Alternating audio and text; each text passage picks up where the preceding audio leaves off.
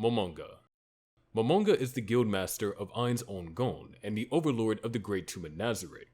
Before he became known as Ain's in the New World, he was just another human named Suzuki Satoru, a regular salaryman trying to survive a bleak life in the year 2138.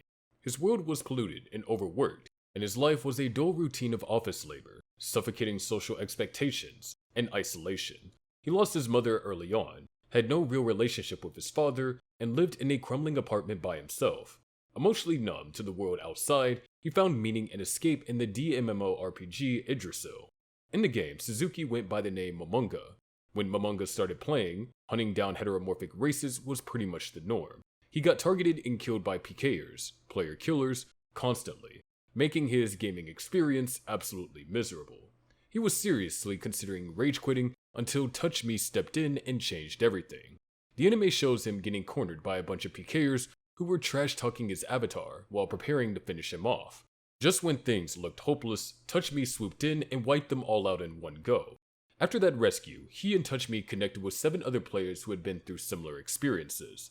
Together, they formed the First Nine and created a PvP PKer clan called Nine's Own Goal. The clan eventually evolved into a guild, Ain's Old Gon, with Mamonga becoming its leader.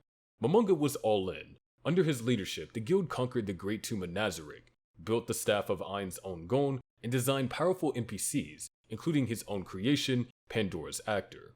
He poured nearly a third of his modest salary into the game, maintained the guild base religiously, and took it upon himself to handle the administrative and combat duties after his fellow members slowly quit. The Great Two Nazarick became more than just a guild base. It became his second home. He kept it running almost entirely solo, farming, raiding, and upgrading everything with the hope that one day his friends would log in again. Even as guild members left and deleted their characters, he stored their gear and built NPCs in their likeness to preserve their memory. Despite his loneliness, Mamonga never left the game behind, and when the servers were about to shut down, he stayed until the very last second. When Yggdrasil didn't shut down as expected, Mamonga realized he had been transported into a new reality where Nazarick and its NPCs were now alive. Right away, he assessed the situation, confirmed his command over the NPCs, and shifted his identity to Ain's Own Gon. From that point on, his decisions shaped the rise of the Sorcerer Kingdom. As an Overlord, Mamonga is a level 100 magic caster who completely broke the spell limit by using the special ability Dark Wisdom to memorize over 700 spells, more than double the normal cap. While not built for PvP, he managed to hold his own and win matches through preparation, strategy, and his extensive magical knowledge. Even among the elite members of the guild, he ranked high in tactical and magical prowess. He wasn't the most powerful in a raw stats sense, but what set him apart was how he adapted. He studied his opponents, gathered information, and used tailored loadouts to win fights that should have been impossible. His battles were often won before they started, thanks to careful planning and the clever use of both his personal and guild resources. In the New World, his cautious nature and PvP experience turned him into a frightening effective strategist. He didn't rely on brute force unless absolutely necessary. He experimented with builds and even pulled out obscure abilities to throw off his enemies. His arsenal of super tier magic includes Creation, which is a terrain-altering spell that can straight up reshape the battlefield however he wants. Fallen Down, that when dropped, creates a massive pillar of blinding blue light, slams down from the sky that leaves nothing but scorched earth devoid of life. Lashub Niggurath, that summons a black cyclone of pure death, killing everything in sight. Wish Upon a Star, that burns through Ain's hard-earned XP, but in return he gets to make a wish, or even a few, depending on the cost. And Pantheon, that summons 6 level 80 monsters called Cherubim's Gatekeeper, with holy type magic under his full command. He had buffs, resistances, mental commands, anti-divination shields, you name it. His ability to wield magic weapons with special properties and toggle into physical combat modes, like Perfect Warrior, showed just how versatile he could be. He was also skilled in real-world leadership. He advised armies, helped fortified cities, ran diplomatic negotiations, and even coached NPCs like Cocytus to become better leaders. Despite an undead skeleton overlord, he constantly tried to improve as a ruler, even reading self-help books on management. He might have lacked emotional instincts, but he compensated through sheer diligence and observation. Early on in the series, he saved Carne Village, summoned a Death Knight to destroy attackers, and outplayed the Sunlight Scripture with powerful spells like Black Hole and Negative Burst. That single incident set the tone. Ainz could wipe out elite squads effortlessly while staying calm and calculated. As he explored the world, he didn't just showcase power, he built a legend. Under the alias Momon, he climbed the adventure ranks, took down undead threats, and gained influence in Irantel. When Clementine attacked, he crushed her with a brutal bear hug, proving that he could win even without magic. Shalltear's rebellion marked a major turning point. Rather than panic, Ainz investigated, equipped himself, and fought her solo. Despite her build being a hard counter to his, he won using spell rotation, strategy, and timing. The victory re-established his authority over Nazarick, and showed the Floor Guardians that even the strongest among them could be defeated by their master. He later orchestrated large-scale operations like the Lizardman War, not for conquest, but as experiments to test NPC growth and battlefield tactics. He gave Cocytus a chance to lead and made calculated decisions based on performance. Each move had a purpose, whether it was gathering data, training NPCs, or strengthening Nazarick. His most destructive feat came during the Katsi Plains battle. With no player interference, he cast Lashub Niggurath to summon 5 Dark Youngs that demolished the royal army. That moment wasn't just flashy, it was a show of dominance that cemented Ainz as a world-shaking force. Behind the scenes, he manipulated politics. He used the persona of Momon to maintain peace in Irantil while positioning the Sorcerer Kingdom as a global power. He outmaneuvered nobles, negotiated with dwarves, subdued dragons and Quagoa, and formed alliances through fear or diplomacy. Even when pretending to fall in battle against Yaldabaoth, it was all part of a long game. He faked his death to rally public support, let Nea grow into a hero, and returned dramatically with an army of demi-humans. After crushing the Demon Lord, he earned loyalty from the Holy Kingdom's people. Throughout it all, Ainz walked a fine line between calculated overlord and someone trying to understand what it meant to rule. He wasn't perfect. He doubted himself, relied heavily on NPC interpretations, and improvised often. But somehow, everything he touched turned into an opportunity, whether ruling with an iron fist or quietly steering events from behind the curtain. He just kept pushing forward. From the collapse of the Riastes kingdom to establishing Irantel as its capital and reshaping the Adventurers Guild, Ainz built a nation from the ground up. Gamer Sups is an energy and nootropic formula designed to be a healthier, cheaper, and more effective beverage over energy drinks for gamers or the modern anime weeb on the go. Its blend of essential vitamins, caffeine, and nootropics provide a consistent boost with no jitters and no crash. It has 0 sugar, less than 1 carb, and less than 1 calorie per serving, so it's keto and diabetic safe. Plus, there's sugar-free options. I personally drink it all the time to be able to grind out these straight to the point and informative videos for you guys, and they'll likely be the only sponsor you'll ever see on this channel. So help the channel stay mostly sponsor-free by clicking the link in our description, picking from the many tasty and uniquely named flavors on the website, and use our code ANIMEX at checkout to save 10% on your order. It would be a huge help for us. Also, pick yourself up a aesthetically interesting waifu cup while you're at it too. They're collectible. But anyway. TouchMe. TouchMe is one of the original founders of Ainz Ol Gon, and ranks among the strongest warriors to ever dominate Yggdrasil. Behind the virtual warrior lies a fascinating real-world story. According to author Maruyama, TouchMe lived quite the comfortable life outside the game. His guildmates say he looks exactly like his NPC creation, Sebastian, in real life. He owns a gorgeous home, enjoyed a happy marriage with his beautiful childhood friend he'd known since they were kids, and had a daughter too. His day job involved working for the government, and guild member Hirohiro dropped hints that he'd arrest anyone suspicious who crossed his path. This pretty much confirmed that he worked as a police officer, dedicated to enforcing the law and fighting crime. But by 2138, the government system had completely fallen apart. His position as a police officer became nothing more than a meaningless title. For someone who genuinely loved his job and felt passionate about justice, this really hit hard.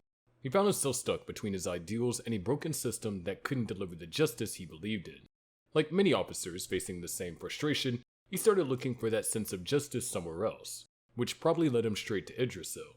The game became his escape, a place where he could actually live out his justice ideology instead of just dreaming about it. During his Yggdrasil journey, he dominated an official martial tournament, crushing every opponent who faced him. Victory came with some serious rewards. He earned the special World Champion class and received the legendary equipment called Compliance with Law. The web novel even mentions another tournament exclusively for World Champions, where he managed to snag second place out of 9 participants. His most defining moment came when he decided to help heteromorphic players who were getting hunted down for sport and class unlocks through player killing. That's when he rescued Mamonga from a PK party, sparking a friendship that would shape everything.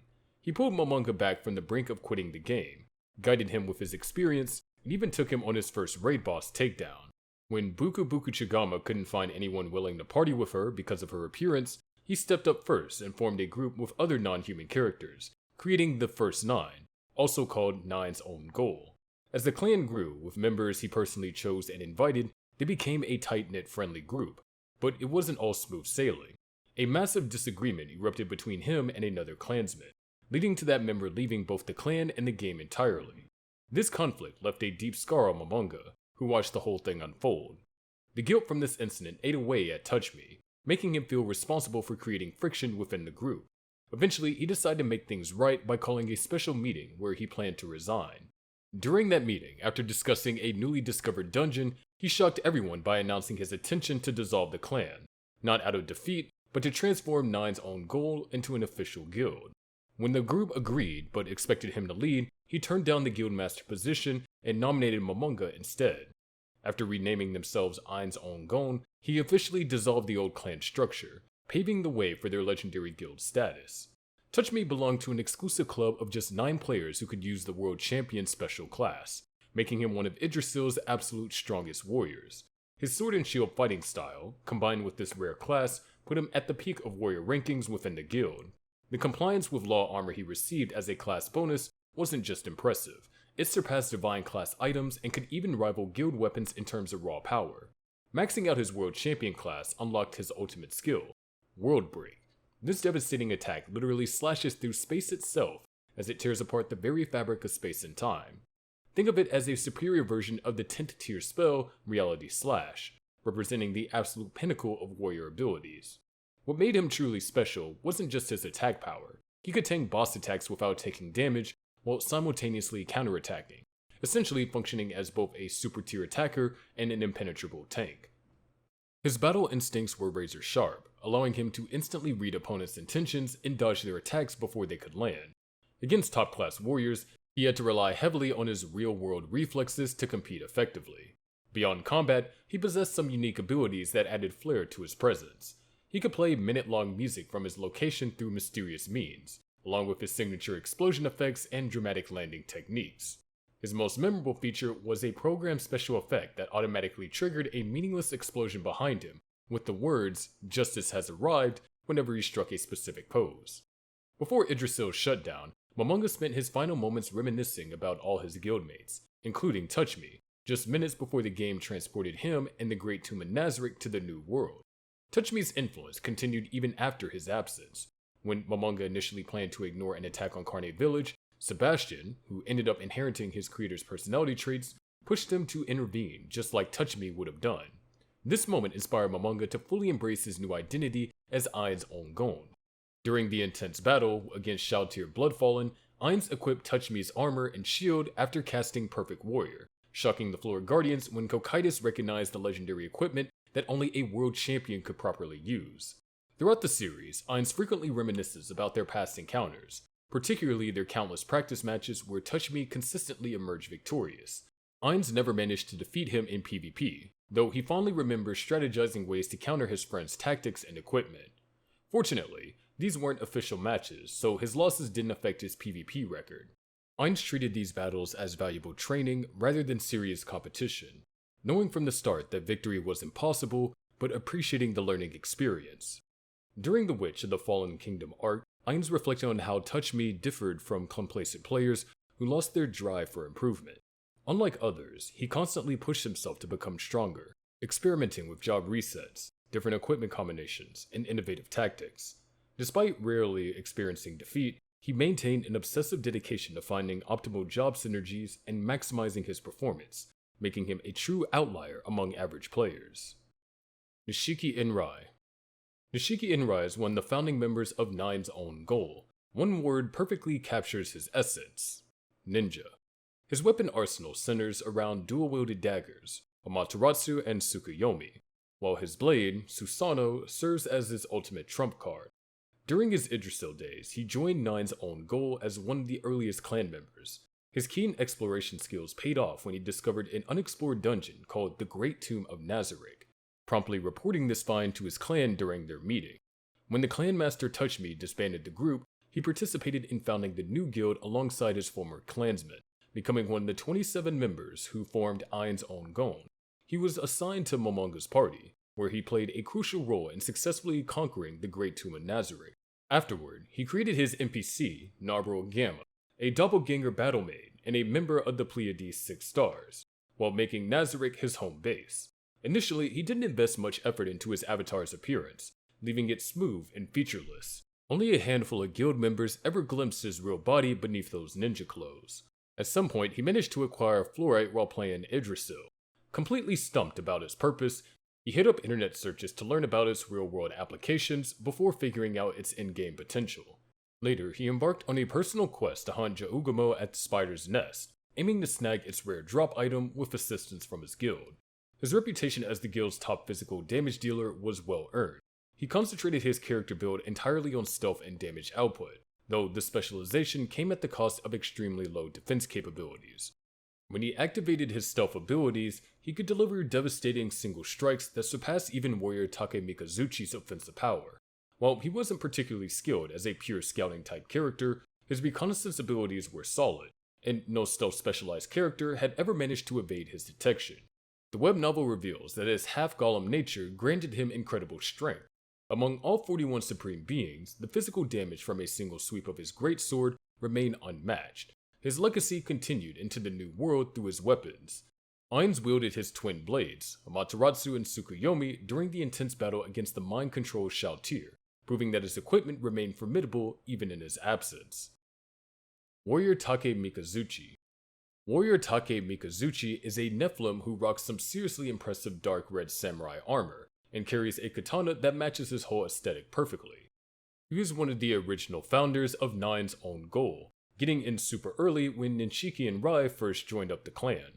When TouchMe decided to shut down the whole operation, he didn't hesitate to team up with his old clanmates to start fresh with Ain's Own Gon, becoming one of the core 27 members. Ponito Mo handpicked him from Mamonga's party, and he played a major part in taking down the Great Tomb of Nazarick. After they claimed the place, he went ahead and created Cocytus as his NPC. As a warrior, he was absolutely one of the guild's powerhouse members. He loaded up on offense-heavy classes, like Kensei, which left his defense pretty weak, but gave him the highest physical damage output in the entire guild. His signature move, Bright King Combo, was a brutal 5-hit sequence that ramped up his DPS when executed perfectly. His weapon arsenal included the God-slaying Emperor Blade, which is the sharpest among his 21 weapons, and the Tak Mikazuchi Mach 8, a divine-class lightning-wrap katana. He had massive respect for TouchMe's abilities and saw him as the ultimate rival to beat. His big passion was crafting weapons for combat, constantly working towards building something that can finally give him an edge against TouchMe. But tragedy struck when TouchMe quit the game before he could finish his masterpiece weapon. The incomplete ultimate weapon ended up gathering dust in the treasury as a reminder of what could have been. Right before logging out for good, he passed his god-slaying Emperor Blade to Cocytus as a final farewell gesture. Ainz actually borrowed the Mach 8 during his fight with Shalltear, and Cocytus recognized it immediately as his creator's handiwork. That blade was one of the few weapons that could slice through Shalltear's legendary class armor like it was nothing. Wish 3.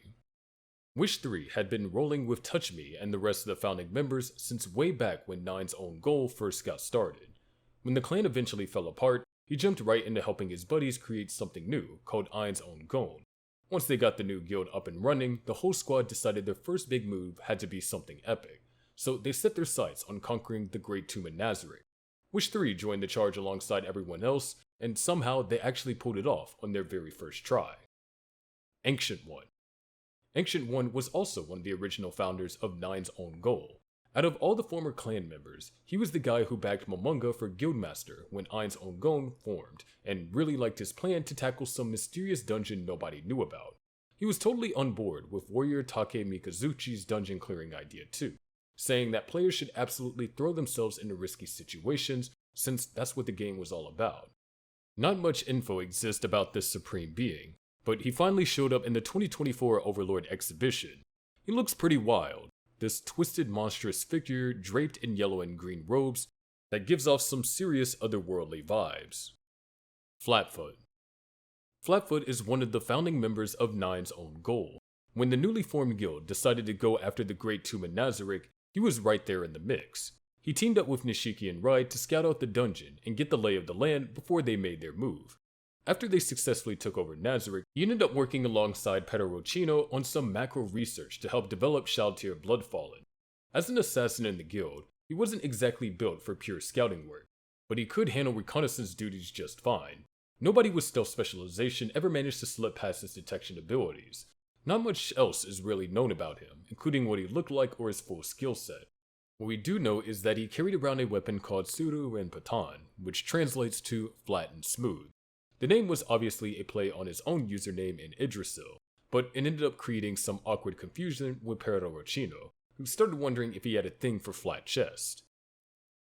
Omanoma Hitotsu. Omanoma Hitotsu was another founding member of Nine's own goal, who stuck around when it transformed into Ain's own goal. When the newly formed guild decided to raid the Great Tomb of Nazarick, he pulled sentry duty at the entrance, alongside 2 other crafting-focused members. Since they were seriously short on fighters and everyone had to pitch in for combat, he actually ditched his blacksmith class levels temporarily. But once they successfully conquered Nazarick, he went back to rebuilding himself as a crafting specialist. He had this habit of constantly munching on food that gave him stat buffs, and would regularly venture outside Nazarick with his guildmates to hunt for crafting materials. When Yggdrasil introduced power suits to the game, he jumped at the chance to get one after learning that even manufacturing-based players could use them for combat. He felt pretty confident about it since he played aerial combat games before, but reality hit hard when Pedroino absolutely demolished him in a mock battle. After that embarrassing defeat, Powered Suit mysteriously disappeared from his inventory, and was never seen again. He created 2 NPCs for Nazarick: Head Chef Shihotu Tokitu, who guards the 9th floor canteen, and the Chief Blacksmith. As the guild's head blacksmith and leader of all the crafters, he had invested heavily in crafting classes, while picking up some basic combat skills to handle emergencies. Despite his usefulness, he always felt like dead weight during dungeon assaults because of his crafting-heavy build. His Ring of Mastery wand was pretty useful, letting anyone use any wand regardless of their class restrictions. The catch was a 1-hour cooldown between different wands, and it drained the wearer's mana like crazy. Before he quit the game, he handed over his Ring of Mastery wand to his buddy Mamonga as a parting gift. Pedroino. Pedroino is a guild member who gets the full respect treatment from Nazarick's NPCs, as one of the 41 supreme beings. In real life, he was totally into eroge games and could dominate internet debates like nobody's business.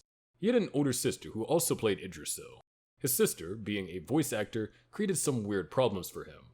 Whenever he brought an H game he was excited about, hearing his sister's voice from the characters led him to thinking of his sister's face, which killed his motivation. In the game, he became close friends with Mamonga and Obert, and the trio formed a no-cash item alliance. But he ended up breaking that promise by buying a character effect cash item just to make his Birdman avatar look cooler. Both he and his sister joined Nine's own goal, until it disbanded and reformed as Ain's own goal, where they helped conquer the Great Tomb in Nazarick. He specializes in ultra-long range combat, and could attack from 2 kilometers away in open areas. His favorite tactic involves concealing himself and sniping opponents with explosive skills, though he struggled in enclosed spaces.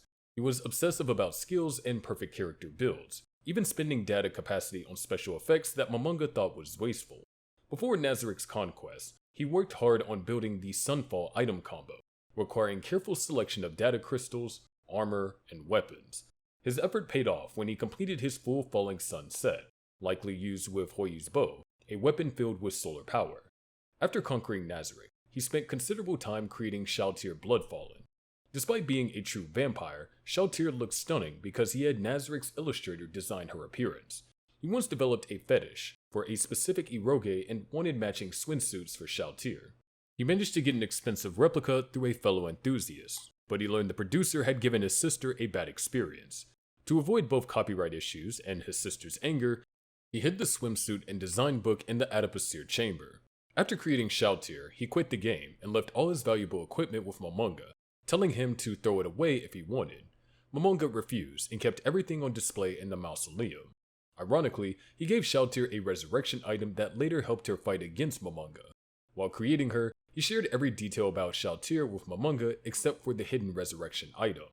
During Ainz's battle with the mind-controlled Shalltear, she admitted Pedroino was superior to Ainz because he had given her healing skills. However, thanks to all the information he shared about Xiaotir, Ainz could still plan ahead and defeat her using Hoyi's bow. In the recent arc, Ainz noted a time where Pedroino once demolished Amano Mahitotsu in a mock battle, when his friend tried using a power suit, which resulted in Amano Mahitotsu never touching the suit again. Buku Buku Chagama. Buku Buku Chagama is one of only 3 female guild members and serves as the older sister of Pedroino.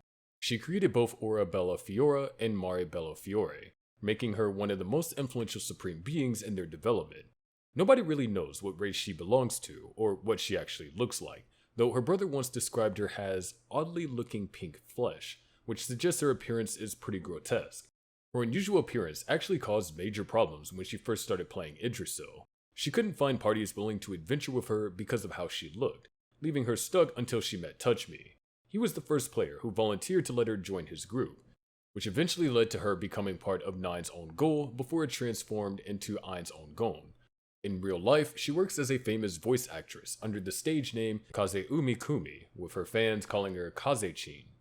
She often voiced young girl characters in H games to make money, which created awkward situations with her brother. When Pedroino discovered she had voiced a heroine in an H game he wanted to buy, he completely lost interest in playing it. She was incredibly hands-on with her NPCs, especially Aura, who would often sit on her lap when she visited the gigantic tree on the 6th floor. Her involvement went way beyond just creating them. She filled Aura's dresser with extravagant dresses and feminine clothes, basically using her as a dress-up doll complete with plushies to complement her look. She was passionate about photography and pushed hard for the Field of Flowers to be designated as a safe photo shooting spot. This led to Tabula Smaragdina creating Photo Studio Tabula specifically for her to use, along with a beauty parlor to help her recreate scenes from old movies she loved. Combat-wise, she specialized in defensive abilities and earned the title The Unsinkable. Her swift judgment and extensive game experience placed her among Yggdrasil's top-tier players. She excelled at hate management, which was incredibly difficult in such data-heavy games, and served as the game's main tank despite having low base stats. She compensated with first-class defensive items, and could hold down Nazarick whenever the guild went on adventures. Her unique racial immunities protected her from undead status effects like poison and paralysis. Even though her race suffered penalties for wearing armor and shields, she still equipped shields in both hands and used special skills to harden her clay-like body. Her sacrifice skill could manipulate opponents' karmic values, dropping their karma to extremely evil levels in exchange for taking massive damage. Both Aura and Mare revere her above all other supreme beings, with their loyalty belonging to her first and foremost. Aura's dominance over Mare stems from her programming that younger brothers should obey older sisters. For unknown reasons, she also dressed Mare like a girl, adding another layer to their complex sibling dynamic. Hirohiro. Hirohiro is an elder black ooze, which happens to be one of the strongest slime-type races you can play as in Yggdrasil. He joined Nine's own goal at some point and stuck around when it transformed into Ain's own Gon, helping the guild successfully conquer the Great Tomb of Nazarick. He created Solution Epsilon and co-created the homunculus maids that work throughout Nazarick. As an Elder Ooze, he's famous for devastating acid attack types that can absolutely wreck opponents in PvP and PK battles by dissolving their equipment. While his monk-type job classes aren't great for raw damage dealing, that corrosive acid more than makes up for it. His class levels boosted those corrosive abilities to the point to where they could break through immunities, which definitely traumatized plenty of enemies. Being a slime comes with some interesting trade-offs. He has this sensitive motion detector that picks up vibrations within a 100-meter radius, but he can't use regular optical vision without a magical item. He mentioned how spooky it feels not being able to see beyond that radius, especially since ranged enemies can attack from outside his detection range. Still, he finds that motion detector incredibly useful for combat situations. Beyond his gaming skills, he's also a talented programmer who can program nanomachines using macros. He uses his unnamed magical item that gives him human-like optical sight, something slimes normally can't have. In real life, he works as a salaryman at what basically is a black company that completely destroys its employees. The workplace is so harsh that he once missed a guild meeting because he had to do an apology press conference for work. He hadn't actively played Yggdrasil for about 2 years, and stopped right after he changed jobs. Mamonga considers his workplace a black-hearted enterprise because of how brutally they treat their workers. His job takes a massive toll on his physical health. He constantly overworks himself, taking on endless overtime tasks that leave him completely exhausted and sleepy when he finally gets home. The stress and fatigue have gotten so bad that he had to visit doctors for medical examinations to check for illness. According to author Murayama, he can't even sleep peacefully without taking sleep-inducing drugs. Despite everything, he still keeps up with Idrisil news and gets excited about updates like new areas and mosquito audio features. During conversations with Mamonga and Obert, he expressed feeling like he's getting old due to declining memory and reflexes, though his friends insisted it was just his terrible job wearing him down. When Mamonga sent out emails about Idrisil's final day, he made the effort to respond and log in one last time. Even though he was practically falling asleep from exhaustion, he wanted to reunite with his friend before the game shut down permanently. During that final login, he talked about how happy he was to see Mamonga again before saying their goodbyes and logging off, basically falling asleep at his computer. Bell River. Bell River was one of the supreme beings who helped design Spa Resort Nazarick. In Idrisil, he played as a magic knight, though nobody entirely sure if that was an actual job class or just player terminology. Either way, he was basically a hybrid warrior-mage combination who could switch between swinging swords and casting spells mid-combat. His versatility was both his strength and weakness, and he could handle almost any situation but never truly excelled at anything specific. This made him a solid backup choice rather than the first pick when forming parties. Despite this limitation, he was genuinely skilled in combat and had strong abilities as a player overall. He was also one of the 4 guild members who pushed the idea of conquering one of Idrisil's 9 worlds, showing his ambitious side. Tragically, he holds the grim distinction of being the only known Gibberan Idrisil player to have died in real life. He stumbled onto some dangerous information about the mega corporations running everything behind the scenes. This discovery cost him his life when he died in what was officially called an accident, clearly meant to keep him quiet. The scary part was that someone else had already gotten their hands on the information he'd uncovered. Blue Planet. Blue Planet dove into Idrisil with one clear mission: bringing back the stunning natural beauty that 2138's polluted world had wiped out. He genuinely loved soaking in the game's scenery and how perfectly it captured nature's essence. Essentially, he was with Nine's own Gold clan until TouchMe shut it down. That's when he found his way to Ain's own Gon, jumping right into conquering the Great Tomb in Nazarick alongside his new guildmates. Mamonga still remembers him showing up to their real-world meetups, proving he was all about that guild life. His biggest passion project became the 6th floor of their guild base.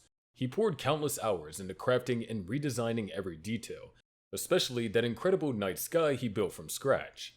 To him, this floor represented the perfect world he carried in his heart. During the floor's development, he even threw a planetarium show at the amphitheater, letting everyone experience a crystal-clear starry night. He was so hyped about it that he pushed his guildmates to check out actual planetariums afterward. Beyond the 6th floor masterpiece, he also designed the 9th floor's bar as a chill healing spot where guild members could unwind solo or in small groups. As the guild's druid, his weapon of choice was surprisingly practical: a shovel. His signature move, Nature's Shelter, summoned an earth bunker through 10th tier divine magic. Inside, users got treated to an endless sky illusion. This shelter was practically indestructible, tanking even super tier magic. Only the legendary sword of Damocles could punch through it. He teamed up with Bell River to create Spa Resort Nazarick's dense forest, modeling it after the ancient Amazon River region. His environmental wisdom stuck with Mamonga so deeply that when considering weather manipulation in Irantel, Mamonga chose to respect nature's natural flow instead. The real world's muddy seasonal transitions made Mamonga wonder what expression would cross his old friend's face seeing the new world's pristine scenery. His legacy lives on through Klavu, his NPC creation who manages the 9th floor bar and serves a special tea called Blue Planet as a tribute to his creator. Obert Elaine Odol. Obert Elaine Odol came from rock bottom. His parents slaved away on production lines until a workplace accident killed them both. The insurance payout was pathetic, and this tragedy basically shaped his entire worldview into hating people. Just like his buddy Mamonga, his education stopped at elementary school, leaving him with limited options in the real world. As a demon in Idrisil, he made his mark by hunting down and killing a player who wielded the legendary World Disaster class, which was actually a requirement to unlock those levels for himself. He joined Nine's own goal and got tight with Mamonga. When TouchMe eventually disbanded the clan, Obert didn't hide his anger. Mamonga stepped in to smooth things over, letting TouchMe explain his plan to transform the clan into a proper guild with Mamonga as leader. Everyone, including the reluctant Obert, agreed to the proposal. The newly formed Ainz Ongon set their sights on conquering the Great Tomb of Nazarick, with Obert selected for Mamonga's team as their primary magic attacker. As the guild's most devastating magic caster, he wielded the World Disaster class, the strongest magical class available with unmatched firepower and destructive capabilities. He stacked several other high damage classes on top of this foundation, specializing purely in offensive power. His burst damage was absolutely unrivaled among the guild's top 2 members. In terms of raw attack power, he easily ranked among the guild's top 5 fighters, but his strength came with a critical weakness. Despite having massive MP reserves, his consumption rate was brutal. He burned through mana incredibly fast when casting his most potent spells. Mastering the World Disaster class unlocked his signature spell, Grand Catastrophe. This ultimate technique devoured 60% of his total mana pool, but delivered destructive power that surpassed even super tier magic. The spell showed up as a battlefield-covering wave of pure destruction, born from the physical form of hatred from Yggdrasil's fallen world tree leaves. Its devastating force can completely wipe out 4 level 87 prime fire elementals and 1 level 90 primal star elemental summoned by Asura while they were at full health, plus deal massive damage to the boss itself. After successfully conquering Nazarick, he claimed the 7th floor as his domain and got to work designing it from scratch. His floor became a sprawling landscape of tumbled ruins surrounding a barren wasteland at its center. He created Demiurge as his custom NPC to govern this desolate realm, crafting it specifically to meet all his creation's needs. According to Demiurge himself, Obert packed so many secrets into those ruins that they represented the true expression of what his creator yearned for deep down. His obsession centered on a particular world item that could summon endless demon armies to overrun entire worlds. Fascinated by this concept, he attempted creating his own version and actually succeeded to some degree. His first prototype only had 3 arms, and he was so embarrassed by it that he wanted to trash the thing. Mamonga convinced him not to waste the effort and to keep the item instead. The final version became a 6-armed demon statue that eventually ended up in Demiurge's possession. He also constructed 7 additional demons to serve under Demiurge's command, though his ambition initially aimed for 12. Somewhere along the way, he lost steam and abandoned the project, leaving 5 demons forever incomplete. Like most guild members, he gradually became inactive, barely logging in until he finally quit Yggdrasil entirely. He handed over all his equipment and items to Mamonga for safekeeping. Tabula Smaragdina. Tabula Smaragdina was attending Nine's Own Goals weekly clan meetings when Nishiki Enry dropped news about an unexplored dungeon. He was genuinely surprised that it sat in the Grinbera swamp since tons of players have done aerial scouting and found nothing. His theory was simple. The Great Tomb of Nazarick can only be discovered on foot. When the clan reorganized into a guild, everyone started brainstorming names for their new guild. He pitched Knights Templar, but got shot down along with countless other suggestions, until they settled on Ainz Ongon. During their expedition to conquer Nazarick, he marched as a rearguard through the swamp, trying to figure out where the name Nazarick came from in human mythology, without any luck. At the tomb's entrance, he pushed back against splitting into smaller parties, wanting to wait until they got deeper inside. The guild voted with him on this decision, and he turned out to be completely right when they discovered it was a simultaneous attack dungeon. He got assigned to a team and dove into the tomb's depths, eventually making it to the final level where his group waited for Mamonga's team after they took down the Asura. The celebration and victory photo that followed marked their successful conquest of their new guild base. As one of the guild's intellectual heavyweights, this brain eater was incredibly well versed in occult knowledge. His personal interests include Gap Mo and horror movies, which heavily influenced his NPC creations. Albedo and Negredo each embodied these hobbies respectively, while their younger sister Rubedo became the strongest entity in all of Nazarick. He spent considerable time collecting copyright-expired manuscripts from the real world and converting them into Yggdrasil book format, storing these materials in the library of Ashurbanipal on the 10th floor.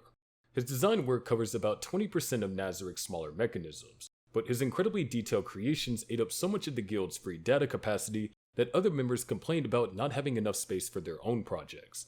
He took responsibility and paid for multiple cache items to expand their data capacity.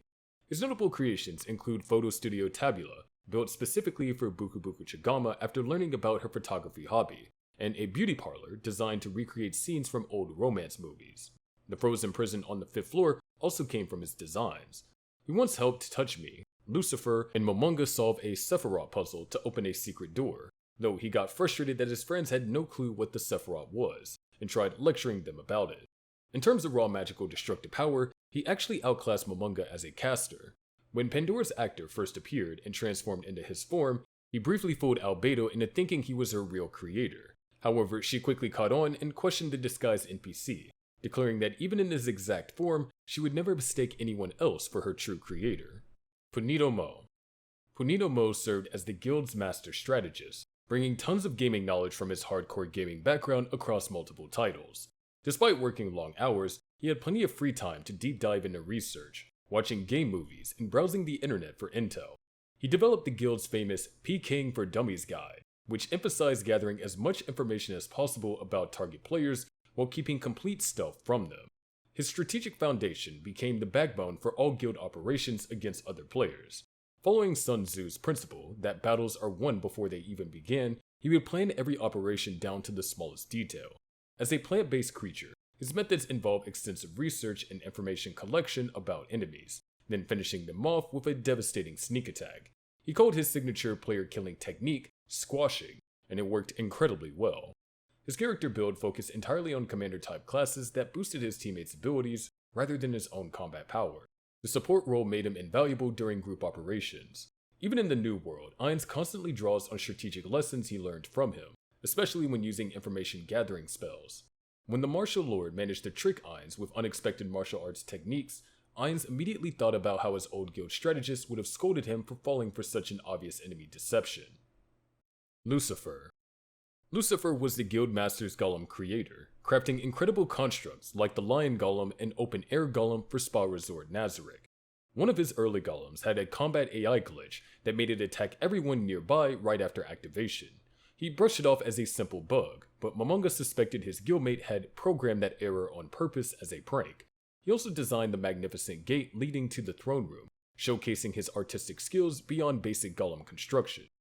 Throughout Nazarick, this angelic being secretly placed several attractive female-type golems, with one of his creations, Grimory, stationed in Limijeton, among other golems there. His guildmates supplied most of the materials he needed for crafting these masterpieces. Despite being incredibly skilled, he had a mischievous side and created a golem specifically designed to chase people around just for laughs. Oddly enough, for someone who made countless golems, he was surprisingly lazy about naming them properly, though he'd never been quite this casual about it before. During one memorable incident at the spa, while Ainz and the male floor guardians were bathing, Albedo led the female guardians in attempting to peek at the men's side. The lion golem immediately intervened to stop their behavior, confusing the male guardians who mistook the golem's voice for him speaking, until Ainz corrected their assumption. Yamiko. Yamiko was one of the 3 women in the guild and worked as an elementary school teacher in real life. Her real name is Yamase Maiko, and she grew up constantly being compared to her genius little sister. Both sisters played Idrisil together. While her sister went with an elf, she chose to become a Nephilim. She created Yuri Alpha, vice captain of the Pleiades 6 stars, plus 2 of the 42 homunculus maids named Increment and Decrement. She specialized in spirit-type magic as a healer, making her curative spells incredibly potent. Even high-tier healing wands only managed about half the healing power she could achieve with personal casting. She could transfer MP to teammates and serve as an off-tank thanks to her innate defense and regeneration build. Even when surrounded by enemies, she could keep healing her allies. Her build came with 2 major drawbacks though. First, her MP pool was limited, fine for basic healing, but tight when factoring in buffs and other spells. Second, her attack power was pathetic in exchange for that enhanced regeneration. She was the group's final defensive line, meant to off-tank when things went sideways, patch everyone up, and revive fallen comrades. As a Nephilim, she maximized her race's ability to take 2 very high stats and 3 very low ones, pumping everything into spirit and endurance. Her gear completely abandoned offense for defense, making her more survival than most actual tanks combined with her regenerative abilities. Her weapon was a massive gauntlet that barely scratched enemies but excelled at knockback effects. Ainz actually used the same weapon against the mind-control Shoutir. She also owned the Shooting Star Ring, which lets her activate Wish Upon a Star 3 times without losing experience. Only she and Ainz had this rare item among all guild members. Garnett. Garnett was the mastermind behind every trap and gimmick that made Nazarick such a deadly maze. This guy had serious programming chops, and used them to turn the place into a mechanical nightmare. He crafted CZ-2128 Delta, one of the Pleiades, and gave her some pretty specific programming. He wrote her backstory so she'd know exactly how to navigate the Treasury's security systems that he built himself. She calls him the Professor because that's how he programmed her to address him. He loaded her up with 1 yen stickers too, sticking them right on her skirt like little accessories. Beyond his own creations, he tinkered with mechanisms that Tabula had already built in the treasury. The panic room on the 9th floor was his baby, packed with enough traps to make anyone think twice about entering. He even built custom spaces for his guildmates, like the Ninja Mansion he designed specifically for Nishiki Enry. One of his cooler projects was Patchy Slot Ein's ongoing machine, complete with video clips featuring all his comrades. Variable Talisman. Variable Talisman wasn't exactly what you would call a dedicated Idrisil player. He was pretty mediocre at the game, but gaming was his escape from real-world trauma and pain. He was there when they took down the mysterious dungeon Nishiki and Rai hadn't stumbled upon, and together with the rest of the Supreme Beings, they all participated in the brutal siege of the Great Tomb of Nazareth, which they eventually conquered after one hell of a fight. The problem was he wasn't great at optimizing his build or mastering techniques. His insect race was naturally suited for thief work, not tanking, so his tank abilities were pretty second-rate. He carried a short spear as his main weapon, and used a shield, but his mismatched class setup meant that he never reached his full potential in combat situations. He teamed up with Buku Buku Chagama as a tank before eventually quitting the game. Nubo. Nubo specialized in divination magic, which gave him incredible perception abilities for spotting magical surveillance and sneaky infiltrators. His guildmates nicknamed him the Eyes of Nine's Own Goal because of these skills. Back during Ein's Own Goal's prime, he discovered a cave and let everyone know about it. This particular cave was part of a cluster, but it remained uncleared because seriously tough enemies were camping right at the entrance. He once suggested using the caloric stone to create a golem core, but another guild member shot down the idea, arguing they should socket the world item into a weapon instead. Nurada. Nurada runs a merchant class build and specializes in appraising items. During the Lizardman Heroes arc, Ainz had Albedo contact Pandora's actor with order to transform into Nurada. Ainz wanted Pandora's actor to tap into his appraisal abilities for checking out items he collected after the whole Ziranorn mess in Irantel. Genjiro. Genjiro was obsessed with keeping everything neat and organized. After Nazarick became their guild base, he took charge of organizing the entire treasury. He sorted all the loot into specific categories: armors, weapons, jewelry, auxiliary tools, consumables, manufacturing goods, and more. During this period, he created Intoma Vasilla Zeta, an arachnid battlemaid who became a part of the Pleiades 6 stars. Those webs scattered around the 3rd and 4th floor of Nazarick's are his handiwork too. Whitebrim. Whitebrim designed most of the homunculus maids working in Nazarick and was completely obsessed with maids, constantly declaring that maid uniforms are justice. In real life, he worked as a mangaka with a maid heroine in his comic series. His perfectionist streak made him notorious for making assistants cry with his ridiculous attention to detail. While mostly mentioned throughout the series, he finally appeared officially at the 2024 Overlord exhibition as a demonic warrior sporting armor and wings. Beast King Makungawa. Beast King Makungawa served as TouchMe's right-hand man before everything changed. When his master decided to disband their original clan, he found himself among 27 members who joined the legendary Ain's Own Gon Guild. He's got some serious creative chops too. He designed Lupus Regina Beta, the werewolf battlemaid who became one of the elite Pleiades 6 stars. Outside of Idrisil, he teamed up with Nishiki Enry in another game called Abu Rage. Things got awkward when he discovered his buddy had climbed to Violet rank while he was still stuck at Green level. The rank gap made him consider rage quitting entirely. Thankfully, Nishiki Enry talked him out of it, promising they'd team up for future adventures. Back in the guild's early days, he joined the epic raid that conquered the Great Tomb of Nazareth, helping establish what would become their legendary stronghold. Tigris Euphrates. Tigris Euphrates was the guild's go-to ranger and thief back in Idrisil. Ainz always counted on him to scout ahead whenever they stumbled across mountain caves or tricky dungeons. He'd take point while Ainz summoned undead backup to support the team through whatever maze they were tackling. Temperance. Temperance rocks a dark, shadowy appearance that matches his edgy personality perfectly. He insists everyone calls him Kurayami no Shirabe, which translates to Melody of Darkness. His creative legacy includes Chagama, one of Nazarick's infamous 5 worst, plus the Arid String Orchestra made up of greater doppelgangers. These musical NPCs are so devoted to him that they prioritize his commands over Ainz's orders, showing just how deeply their loyalty runs to their original creator. Siran. Siran stays pretty mysterious, but we do know he teamed up with Pedroino to build the Nazarick Academy right in the guild headquarters. The whole thing started when he bugged Mamonga about needing to create this Nazarick Academy, until he finally got his way. Looking back, Imes remembers how Pedroino used to absolutely lose it and yell at Siran all the time. Enuro Mochi Mochi. Enuro Mochi Mochi was one of the 3 female guild members in Ain's own Gon. She made her first appearance at the 2024 Overlord exhibition, looking like a bouncing mass of pink flesh on 2 legs with bay-like ears. Her outfit consisted of a gold bikini and dark fishnet stockings, complete with a gold-hilted sword and black shield. Food obsessed, she named practically everything after snacks or meals. She firmly believed sweets could fix any awkward situation, and that no woman should resist a good dessert. During her guild days, she became close friends with her fellow female members, Yamiko and Buku Chagama. Her creative contributions to Nazarick were impressive. She designed Eclair, the assistant butler, and Pistonia Shortcake Wanko, who became both an area guardian and head maid. In real life, she owned a dog that had an embarrassing habit of peeing when excited. This frustrated her, especially since she worried it meant that he was getting old. Still, she loved watching him wag his tail with pure joy whenever he showed affection. Her beloved pet likely inspired Pistonia's creation. Shiu Ten Suzaku. Shiu Ten Suzaku holds the title of oldest guild member in Ain's own Gon.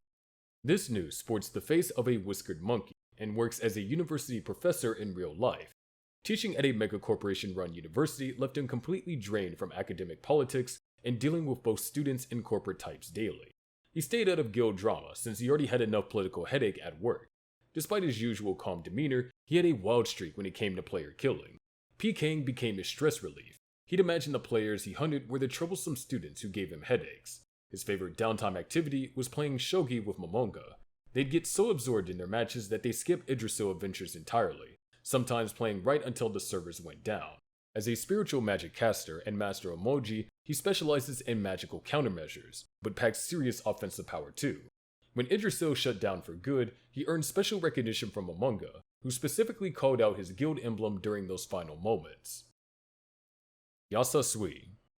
Yasau first showed up at the 2024 Overlord exhibition too.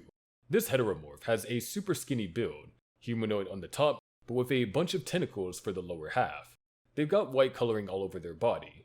Nobody really knows much about them, not even their gender. Their only moment happened in the non-canon Mask for the Dead storyline when the guild was messing around with rainbow drops.